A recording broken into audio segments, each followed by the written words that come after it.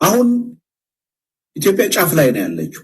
አሁን ሊፈነዳ የተቃረበው ጦርነት አንድ ጊዜ ከፈነዳ በኋላ ይሄ መንግስት የፈለገውን የመደራደር ፍላጎት እንኳን ቢኖረው ራሱን የማዳን ዕድል አይኖረው። ይሄ መንግስት እያለቀለት አሁን አፍጥጦ እየመጣ ያለው ጦርነት ከፈነዳ ይሄ መንግስት የወራት ዕድሜም አይኖረውም። ስማ መሳይ፣ የጠቅላይ ሚኒስትሩ መገኘት ምንም ያህል ትኩረትም ቁጥር ይጨምርልናል ብለን አናስብም። የመጀመሪያው ነገር በቃ የሰላማዊ ሰልፍ ሚኒንግን አጠፉት። እነዚህ ሰው ሰላማዊ ሰልፍ ምን ማለት ነው፣ ትዕይንተ ህዝብ ማለት ምን ማለት ነው የሚለው ትርጉሙን ለማጥፋት ቆርጠው የተነሱ ነው ይመስሉ።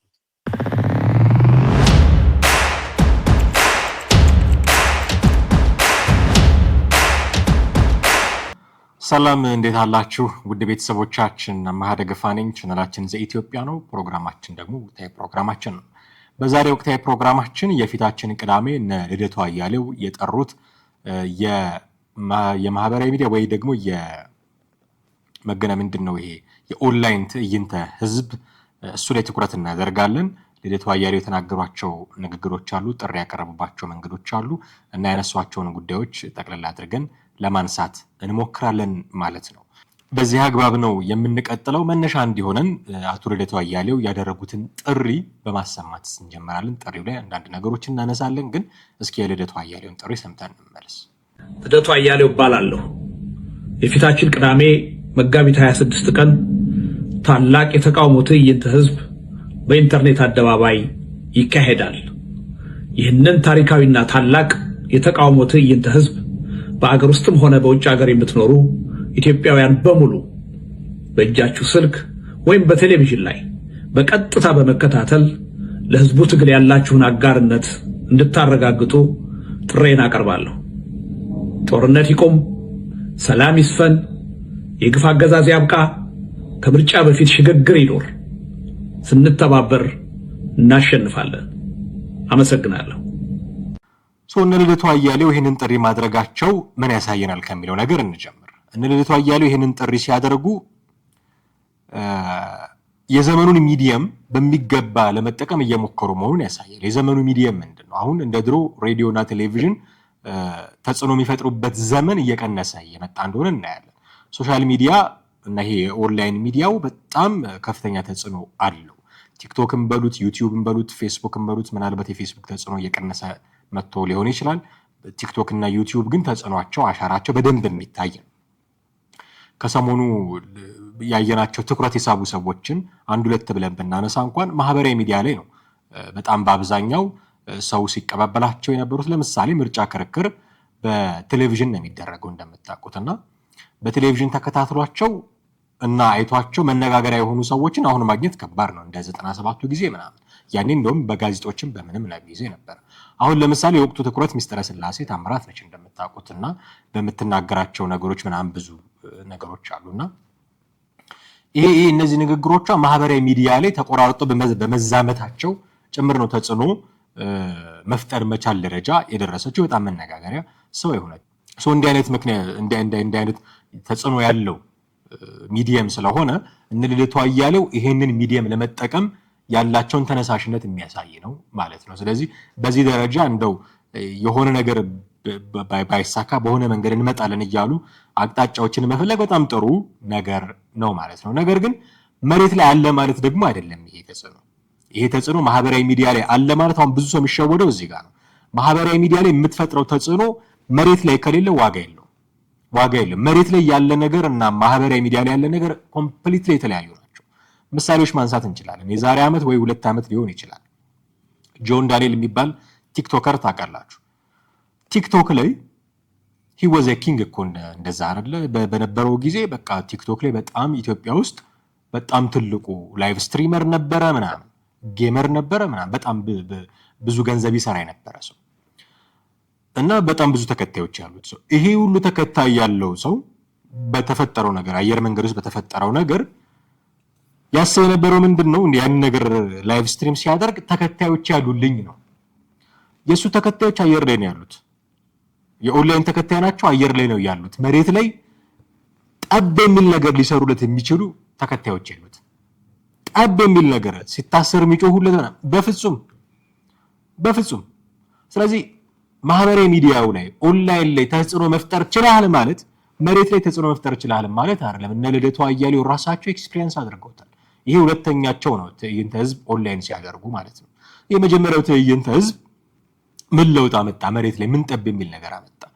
እንደምታውቁት ሁሌ በኩራት የሚናገሩት የጠቅላይ ሚኒስትሩን ንግግር ከተከታተለው ሰው በላይ የኛን ንግግር ሰው ተከታተለው ብለው ህዝብ ነው የሚቆጥሩት። ሶሻል ሚዲያ ሴንሴሽናላይዝ የሚደረጉ ነገሮች በጣም በአብዛኛው የሚታዩበት ሚዲየም ነው። አልጎሪዝሙ እንደዛ ነው።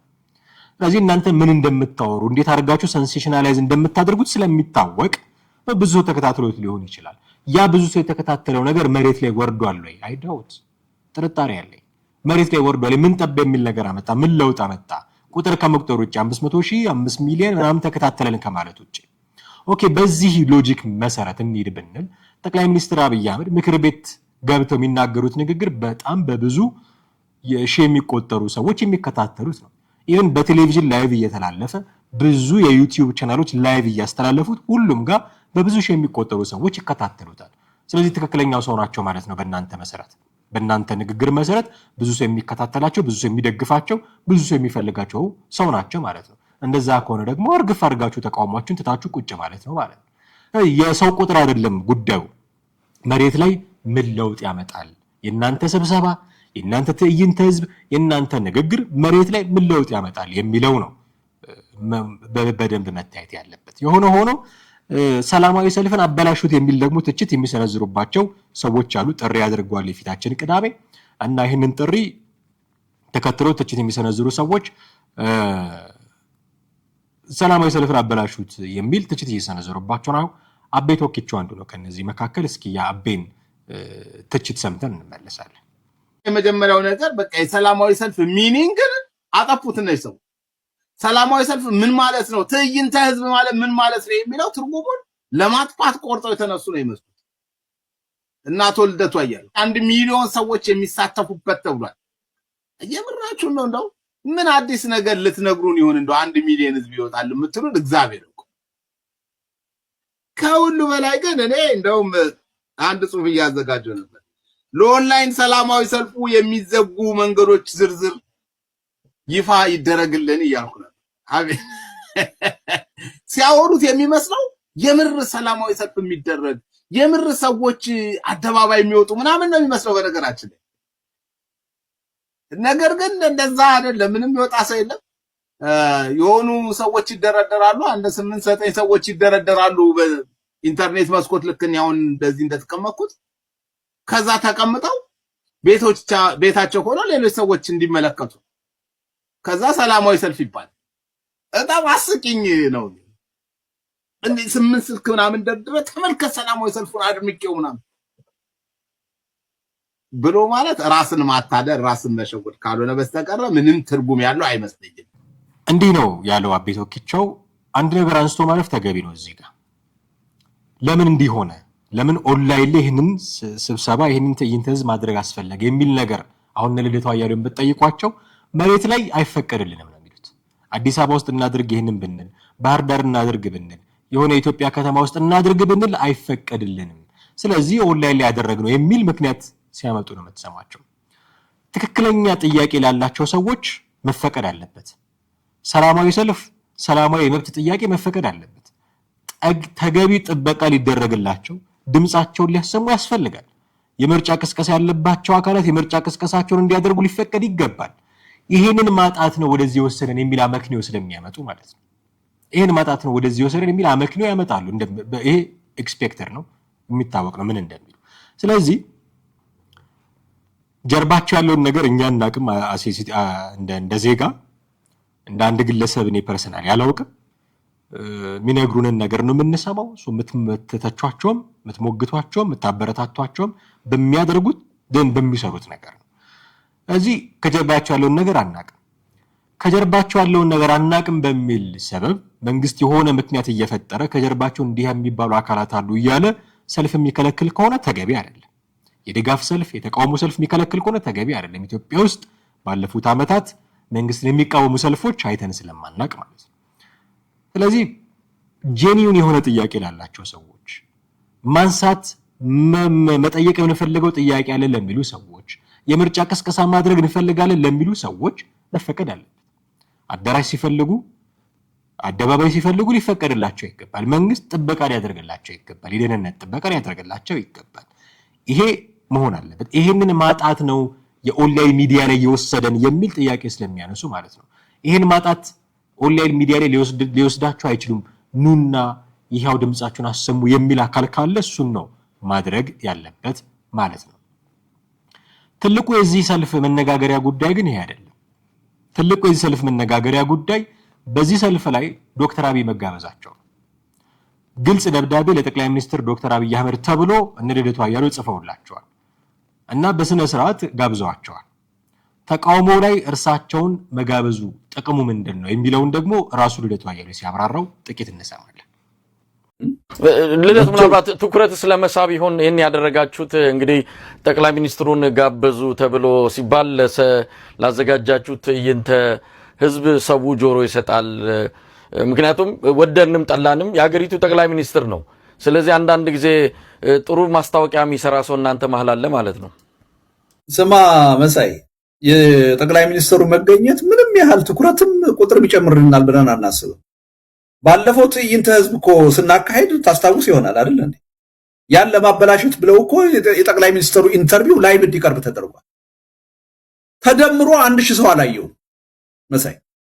እኛ ጋር መጥቶ ቢቀርብ እሱን ለማዳመጥ ብሎ የሚጨመር ሰው የለም አይደለም። ግን እነዚህ 20 ታዋቂ ተጽዕኖ ፈጣሪ ግለሰቦች፣ የድርጅት ሰዎች የሚናገሩትን ለማዳመጥ ነው ሰው የሚመጣው እንጂ ዶክተር አብይ አህመድን በቁም ነገር የሚያዳምጠው ሰው የሚያዳምጠው ይኖራል ብዬ አይደለም። እንኳን አይደለም ይሄው አየን እኮ ሰሞኑንም የቴሌቪዥን ጣቢያ እየቀያየረ አንድ አይነት ነገር ይዘቱ ያልተቀየረ ግን የቴሌቪዥን ጣቢያ ብቻ በመቀየር የሚመጣ ለውጥ የለምና እየለዋወጠን ቢመጣ 15 ሚሊዮን ደጋፊዎች ወይም ደግሞ አባላት ናቸው። ደጋፊዎች ሳይሆኑ አባላት አሉኝ የሚል ብልጽግና የሚከታተሉትን ማያየን ነው። ግን አሰራራችሁ ወይም ጥሪያችሁ ያልተለመደ ስለሆነ ነው። ይሄን ያልተለመደ ነገር ስለሆነ እችን እንደ አንድ ቀልብ መሳቢያ ትኩረት መሳቢያ እየተጠቀማችሁት እንዳይሆንም ብዬ ነው ጥያቄውን ያነሳው። መሳይ ባለፈው አሳይተናል ምን ያህል ውጤታማ የሆነ ትዕይንተ ህዝብ እንዳካሄድን። ይሄም የበለጠ ውጤታማ ይሆናል የሚል እምነት ነው ያለን። አሁን ሌላ ትኩረት መሳብ አስፈላጊ ነው የሚል እምነት የለኝም። የኢትዮጵያ ተጨባጭ ሁኔታ ያለንበት ችግር ከዛ በላይ ትኩረት የሚስብ ነገር ያለ አይመስለኝ። እኔ እንደውም ዋናው ትኩረት መሆን ያለበት አሁን የጠቅላይ ሚኒስትሩ መቅረብ አለመቅረብ አይደለም። የመሳይ ጥያቄ ትኩረት ለማግኘት ብላችሁ ነው ጠቅላይ ሚኒስትሩን የጋበዛችሁት። እንደማይገኝ አውቃችሁ ጠቅላይ ሚኒስትሩን የጋበዛችሁት ትኩረት ለማግኘት ካልሆነ በስተቀር ለሌላ አይደለም አለ። ልደቱ አያሌው ደግሞ ትኩረት ለመሳብ አይደለም ማለት። ታዲያ ለምንድን ነው ትኩረት ለመሳብ ካልሆነ ለምንድን ነው? ደብዳቤውን አንብባችሁት ከሆነ ይህንን ቃለ ምልልስ ሙሉ ለሙሉ ተከታትላችሁት ከሆነ በዚህ ጉዳይ ላይ የተናገረውን ነገር ጠቅላይ ሚኒስትሩ እንደማይገኙ እናውቃለን ብሎ ደጋግሞ አንስቷል። እዛ ደብዳቤው ላይም እዚህ ንግግር ላይም ልደቱ አያሌው ይሄን ተናግሯል።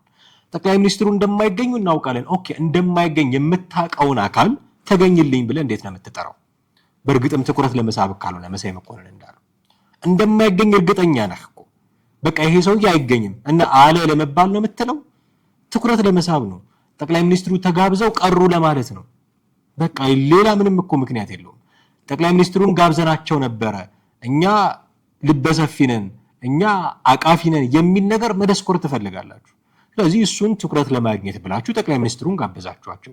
ዩኖ እኮ እንደማይገኙ አይደለ? በቃ እንደማይገኙ አውቃለሁ ብለሃል፣ በጽሁፍም በቃልም ተናግረሃል። እንደማይገኙ ካወቅ ለምንድን ነው የምታባክነው? ጊዜህን ጉልበትህን ለምንድን ነው የምታባክነው? እንደማይገኙ እያወቅ ጋብዛቸዋል ማለት በጠቅላይ ሚኒስትሩ በኩል የሚመጣ ትኩረት ፈልገሃል ማለት ነው። ወደድንም ጠላንም ፈለግንም አልፈለግንም በዚህ ሰዓት ኢትዮጵያን እየመሩ ያሉት ሰው ጠቅላይ ሚኒስትር አብይ አህመድ ናቸው። የእሳቸው የሆነ ኢቨንት ላይ መገኘት በጣም ትልቅ ትኩረት ይስባል። በጣም ትልቅ ትኩረት ይስባል። እነሱ እሳቸው ቢመጡ ትኩረት አያገኝንም፣ 1000 ሰው ብቻ ነው ያያቸው፣ እኛ ሚሊዮን ሰው አየን የሚል ማድፋፊያ እየፈለክ ብታድፋፋም ጠቅላይ ሚኒስትሩ የተገኙበት ኢቨንት ትኩረት ማግኘቱ አይቀርም። ስለዚህ ትኩረት ፍለጋ ነው፣ በጠቅላይ ሚኒስትሩ አንጻር ትኩረት ፍለጋ ነው ይህንን ነገር ያደረጋችሁት ብሎ መናገር የሚቻል ይመስለኛል። እንዲህ ያደረግን ብሎ ለመደስኮር ካልሆነና ለትኩረት ካልሆነ በቀር። ትልቁ ግን እኔ ማንሳት የምፈልገው ጥያቄ ጠቅላይ ሚኒስትሩ እሺ ግብዣችሁን ተቀብለው ቢገኙስ ጠቅላይ ሚኒስትሩ ቢገኙ ስርዓቱን ጠብቆ የሚያወራ ሰው አለ? ከእናንተ መካከል ስርዓቱን ጠብቆ የሚያወራ ሰው አለ? አሁን ስለ ጠቅላይ ሚኒስትር ዶክተር አብይ አህመድ የግል ስብዕና አይደለም የምናነሳው። ጠቅላይ ሚኒስትሩን እዚህ ኢቨንት ላይ ጋብዛችኋል ማለት የኢትዮጵያን ጠቅላይ ሚኒስትር ጋብዛችኋል ማለት ነው። ኢትዮጵያን የሚመራ አንድ መሪ ጋብዛችኋል ማለት ነው። ኢትዮጵያን የሚመራ አንድ መሪ እንደጋበዘ ሰው ነው አክት የምታደርጉት። ሶሻል ሚዲያ ይሄንን ይፈቅዳል። ይሄንን አንደኛ ተከታታዮቻችሁ የሚጽፏቸው ነገሮች ክብረ ነክ ሊሆኑ ይችላሉ። እናንተ ራሳችሁ ተሳታፊዎች የምትጠይቋቸው ጥያቄዎች ተቆርጦ የሚወጣ ስላልሆነ በቴሌቪዥን የሚተላለፍ ስላልሆነ ኦንላይን ላይ ያለው እንደወረደ የሚታይ ስለሆነ የምታነሷቸው ነገሮች ክብረ ነክ ሊሆኑ ይችላሉ። እንደ ግለሰብ ክብረ ነክ ሊሆኑ ይችላሉ። እንደ ሀገር መሪ ክብረ ነክ ሊሆኑ ይችላሉ። ጠቅላይ ሚኒስትሩ እሺ ብለው ቢመጡ ይሄንን ነገር በመቅረፍ በስነ ስርዓት ሊያነጋግራቸው የሚችል ሰው አለ ወይ? ምናየው ስትሳደቡ ነው። ግን ምትሉት ነው፣ ይሄ ምትሉት ነው። በቃ በቃለ መጠይቅ በሰጣችሁ ቁጥር ሁሉ የምትጠቀሟቸው ቃላቶች እነዚህ ናቸው። እኔ የልደቱ አያሌው መውረድ ከዚህ አንፃር ይገርመኛል። ሐሳብ ላይ ሐሳብ ይሰጥ የነበረ ሰው፣ ሐሳብ ላይ ሙግት ያቀረበ የነበረ ሰው ጨፍጫፊው እንደዚህ ባዩ ምናምን ከሆኑ ሰዎች የቀረመው ንግግር ሁሉ መጥቶበታል። ይልቃል ጌትነት እንደሱ ሐሳብ የነበረው ሰው ነው። እሱ አሁን ወርዶ በቃ አልቆለታል ሀገር የሚል ዲስኩርስ ውስጥ መግባት ተጀምሯል።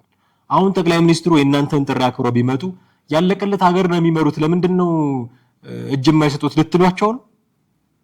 የማይመስል ነገር ነው እየሞከራችሁ ያላችሁት እነ ልደቱ አያሌው። ከዛ ምን ይላል ልደቱ አያሌው?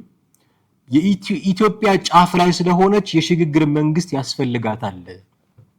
ኦኬ፣ ይሄ ትዕይንተ ህዝባዊ ንቅናቄ ምናምን የሚሉት ለሽግግር መንግስት መደላደል እየፈጠሩ ነው። እንዲህ ነው የሚለው ልደቱ አያሌው። ሰምተነው እንመለስ። አሁን ኢትዮጵያ ጫፍ ላይ ነው ያለችው። አሁን ሊፈነዳ የተቃረበው ጦርነት አንድ ጊዜ ከፈነዳ በኋላ ይሄ መንግስት የፈለገውን የመደራደር ፍላጎት እንኳን ቢኖረው ራሱን የማዳን ዕድል አይኖረው። ይህን ማወቅ አለበት። እኛ ደግሞ የኃይል አሰላለፍ ለውጥ መጥቷል፣ ይሄ መንግስት አልቆለታል ብለን ነገሩን በአሸናፊነት ብቻ አይን ማየት አንፈልግም። ሪሊ የህዝቡ የአገሪቱ ደህንነት እንዲጠበቅ ከተፈለገ ይሄ መንግስት ልቦና ገዝቶ ወደ እውነተኛ ወደ ሐቀኛ ድርድር መምጣት ከቻለ ይሄ በቀልድ ምርጫ የሚፈታ ችግር አለመኖሩን አውቆ እውነተኛ የሆነ ሁሉን አቀፍ የሆነ የሽግግር መንግስት እንዲቋቋም ከፈለገ አሁንም እድሉ አለህ እያለው በዚህ ባለቀ ሰዓትም እድሉ አለ። የመፍትሄው አካል መሆን ትችላለህ። ይሄን እድል ካልተጠቀምክበት ግን ከትንሽ ጊዜ በኋላ ታሪክ ነው የምትሆነው እያልነው ነው ያለን። ስለዚህ እኛ ነገሮችን በወደ ሰፊነት የምናይ እንደሆነ እንደሱ ጉዳዮችን ከስልጣን ከጊዜያዊ ጉዳዮች ጋር አያይዘን ማናይ እንደሆነ ሊጠቀምበት ከፈለገ አገዛዙም የመፍትሄው አካል የመሆን እድል እንዳለው ልናሳየው ነው የፈለግነው። እውነቱን ለመናገር ጠቅላይ ሚኒስትሩ በዚህ መድረክ ላይ ይገኛሉ የሚል ግምት ብዙም ኖረን አይደለም። ግን ስንጋብዝ ደግሞ ለታይታ አይደለም። ከፈለጉ እንዲመጡ ፈልገን እድሉን እንዲጠቀሙበት ፈልገን። መሳይ ቅድም እንዳልከው እኛ አሁን ከጊዜ ጋር ፉክክር ላይ ነን። እንደሰማችሁት ነው። ኢትዮጵያ ጫፍ ላይ ነች። ሰው የሽግግር መንግስት ያስፈልጋታል። አሁን መጠየቅ ያለብን ጥያቄ ኢትዮጵያ ጫፍ ላይ ከሆነች ኢትዮጵያ ቢያልቅላት የምርም ኢትዮጵያ ሊያልቅላት ነው ብለው እነ ልደቱ አያሌው አምነው ቢሆን ኖሮ እኔ አምነዋል ብያለሁ። ያልቅላታል ኢትዮጵያ ብለው የሚያምኑ አይመስለኝም። እንደዛ ብለው የምር ከውስጣቸው አምነው ቢሆን የሚያደርጉት ነገር ምን መሰላችሁ? ቆመው ነው የሚያዩት። እስኪያልቅላት ቆሙ፣ በስነ ስርዓት ቆመው ነው የሚያዩት። ከዛ አልቆላታል ብለው ሲያስቡ ሁሌ የሚሉትን የሽግግር መንግስት ይዘው ይመጣሉ እንጂ ለማዳን አልነበረም የሚሯሯጡት። አንድ እሱ ነው። ሁለተኛው እሺ ኢትዮጵያ አልቆላት ከሆነ መፍትሄው ይሄ ነው ወይ? ኦኬ አልቆላት ከሆነ እንዲያልቅላት የሚያደርግ የሆነ ፋክተር አለ ከጀርባ አይደል? ያ ፋክተር እናንተ የሽግግር መንግስት በማቋቋማችሁ ምክንያት የሚቀረፍ ነው ወይ? ኦኬ አሁን ደጋግሞ በተለያዩ አማራጮች ሲናገሩ ምን ሰማቸው? ልደቱ አያሌው አሁን ያለው የኃይል አሰላለፍ ለዚህ መንግስት ጦርነትን እንዲያሸንፍ የሚያስችለው አይደለም ይላሉ። ኦኬ የኃይል አሰላለፍ የምትለውን ያዙልኝ። እዚህ የኃይል አሰላለፍ ውስጥ ሀገር ውስጥ ያሉ ታጣቂዎች አሉ፣ የውጭ መንግስታት አሉ። የኤርትራ መንግስት፣ የግብጽ መንግስት አሉ። የኤርትራና የግብጽ መንግስትን እዚህ ላይ ያዙልኝ። የኤርትራና የግብጽ መንግስት ኢትዮጵያ እንዲያበቃላት የሚያስችል የገደል ጫፍ ላይ ያደረሰ የኃይል አስተላለፍ ውስጥ ካሉ መፍትሄው የሽግግር መንግስት ነው ወይ? የነ ልደቱ የሽግግር መንግስት ነው ወይ? ምክንያቱስ እነ ልደቱ የሽግግር መንግስት መስርተው 4 ኪሎ በገቡ ቁጥር ያ የህልውና ስጋት ከብልጽግና ወደ ሽግግሩ መንግስት ይዞራል። ስለዚህ ምክንያቱም አሉ እነዚህ ፑሽ የሚያደርጉት የሆነ ነገር እየፈጠሩ ኢትዮጵያ እንዳያልፍላት የሚያደርጉት አሉ፣ ከጀርባ አሉ ሴረኞቹ፣ ኢትዮጵያ እንዳያልፍላት የሚፈልጉት አሉ። ስለዚህ ብልጽግና ገለል ተደርጎ ሽግግር መንግስት ሲመጣም አሉ ብልጽግናን እረፍት በመንሳት ያጠፉትን ጊዜ ሁሉ ለማጥፋት ዴዲኬሽኑ ያላቸው ሀገራት አሉ። ስለዚህ መፍትሄው የሽግግር መንግስት ነው ወይ? ኦኬ፣ የሽግግር መንግስት የሚባለው ነገር ራሱ ሰስቴን አድርጎ እንዲቆይ ሀገሪቱ በህልውና ስጋት ውስጥ መሆን የለባትም። ይህንን ለማምጣት መጀመሪያ መስራት አይጠበቅም ወይ? አሁን ካለው መንግስት ጋር ማበር ካስፈለገ አብሮ የህልውና ስጋትን መቅረፍ እኮ ነበር የሚቀድመው። ያንን የህልውና ስጋት ከቀረፍከ በኋላ ሐሳብ ታመጣለህ ከዛ የሽግግር መንግስት ብለህ። የልደቱ አያሌው ግን ንግግር ሁሌ ትፈርሳለች፣ ሁሌ የሆነ ነገር ትሆናለች። ከዛ የምትድነው በሽግግር መንግስት ነው። አሁን ባለው መንግስት ያልዳነች ሀገር በሽግግር መንግስት እንዴት ነው የምትድነው? የሽግግር መንግስት ማለት አንድ አይነት ሐሳብ የሌላቸው፣ አንድ አይነት አቋም የሌላቸው፣ ኢቭን በአይን ለመታየት የሚጠላሉ ሰዎች ተሰብስበው መንግስት እንዲመሰርቱ ማድረግ ማለት ነው። ኦኬ፣ እኔ ቢሳካላቸው ጠልቼ አይደለም፣ ግን አይሆንም። እንዴ ልደቱ አያሌውና የቃል ጌትነት አብረው ይሰራሉ አብረው በአደባባይ የሚዘላለፉ ሰዎች አብረው ይሰራሉ። ከዚህ በፊት በነበረው ፕሮግራም ላይ የጀዋር መሐመድን መጽሐፍ የሆነ ገጽ ስናነብ ነበር፣ ታስታውሱ እንደሆነ የኦሮሞ ፖለቲካ ላይ ያሉ ፓርቲዎች ብቻ እንኳን በወንበር ክፍፍል አልተስማሙም። አገር ለሽግግር መንግስት እንዴት ነው የሚስማሙት? ስለዚህ የሀገርን ህልውና ለማስቀጠል ሽግግር መንግስት አስፈላጊ ነው የሚለው እኔ ብዙም ይዋጥልኝ አይደለም፣ ግን የሀገር ህልውና መጀመሪያ ይቀድማል። ከዛ ሽግግር መንግስት ምናምን ልታወሩ ትችላላችሁ። እናንተ የሽግግር መንግስት ስትመሰርቱ መጥፋታ ወዲያው ያበቃል የሚል ሐሳብ ካላችሁ እኔ በዛ ብዙ ስለማልስማማ ማለት ነው። አሰላለፍ ፈጠሩ ያላችኋቸው ሀገራት በእናንተ ሲተማመናሉ ወይ የሚል ጥያቄ ማንሳት ስለሚያስፈልግ ማለት ነው። ይሄ መንግስት እያለቀለት ነው የሚል መፈክር ነው ደግሞ ቀጥሎ የሚያሰሙት። ይሄ መንግስት እያለቀለት ነው፣ ይሄ መንግስት እያለቀለት ነው። እስኪ እንስማቸው ጥቂት ደግመን አቶ ልደቱ አያሌው። ይሄ መንግስት እያለቀለት አሁን አፍጥጦ እየመጣ ያለው ጦርነት ከፈነዳ ይሄ መንግስት የወራት እድሜም አይኖረውም። ጦርነትን በፍጹም ሊቋቋም የማይችልበት ደረጃ ላይ ደርሷል። አሁን ሄዶ ይሄ መንግስት ጦርነት መዋጋት የማይችልበት ደረጃ ላይ ደርሷል። ተናጠል ፋኖን ማሸነፍ ያልቻለ፣ ኦላን ማሸነፍ ያልቻለ አካል አሁን ባለው የኃይል አስተላለፍ ሊመጣ የሚችለውን ጦርነት በምንም ተአምር ለወራት ሊቋቋም አይችልም። ይሄ አገዛዝ እያለቀለት ነው።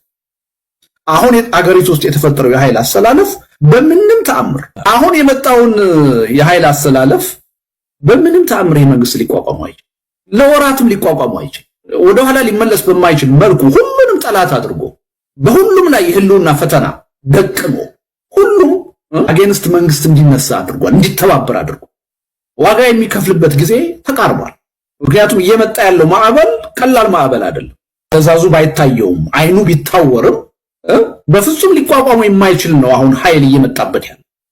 እንደሰማችኋቸው ይሄ መንግስት እያለቀለ የሁል ጊዜ ማስፈራሪያ ሆነ። የሁል ጊዜ ማስፈራሪያ 45 ቀን ቀረው ሲሉ 6 ወር ቀረው ሲሉ አሁን ደግሞ የወራት እድሜም አልቀረውም ይላሉ። እና መንግስት እያበቃለት ከሆነ እስኪ ያበቃለት ለምን ዝም ብላችሁ አትጠብቁም የሚል ጥያቄ ደግሞ መጠየቅ ያስፈልጋል። ቅድም እንዳነሳ ነው አብቅቶለታል ብሎ የሚያምን ሰው በቃ እጁን አጣጥፎ እስኪ ያበቃለት ይጠብቃል። ሲያበቃለት ሱፉን ለብሶ መጥቶ 4 ኪሎ ይገባል። እንዳላበቃለት ስለሚያውቁ አይምሯቸው ውስጥ የሚነገራቸው እውነት ስላለ ህሊና ትንሹ እግዚአብሔር ነው። አንተ ብዙ ተናግረህ ተጨብጭቦልህ ወደ መኝታ ልትሄድ ትችላለህ እና አናትህ ትራስ በነካ ቅጽበት ህሊና መፍረድ ይጀምራል። ይሄ እኮ እንዲህ ነው፣ አንተ አብቅቶለታል ትላለህ እንጂ አላበቃለትም የሚል ፍርድ ይመጣል ህሊና። እሱን ለመሸሽ በሚደረግ ጥረት ያው ስንት ዓመት አብቅቶለታል፣ አያላበቃለትም፣ አብቅቶለታል።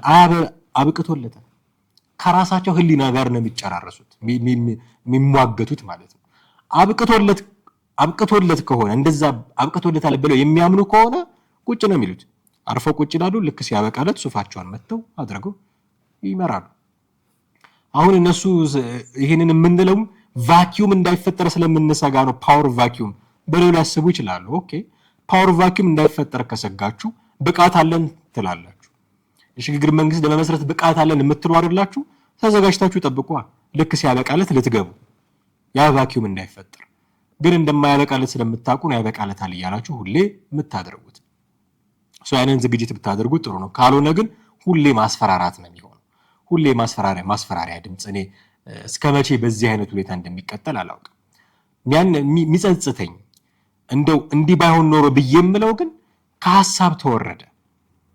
ልደቱ አያሌው ቲፒኤልኤፍን ይተችባቸው የነበሩት የሀሳብ ጥራቶቹ የት ገቡ? በጣም የሚደነቅ አይነት የፖለቲካ አካሄድ ይሄድ የነበረ ሰው።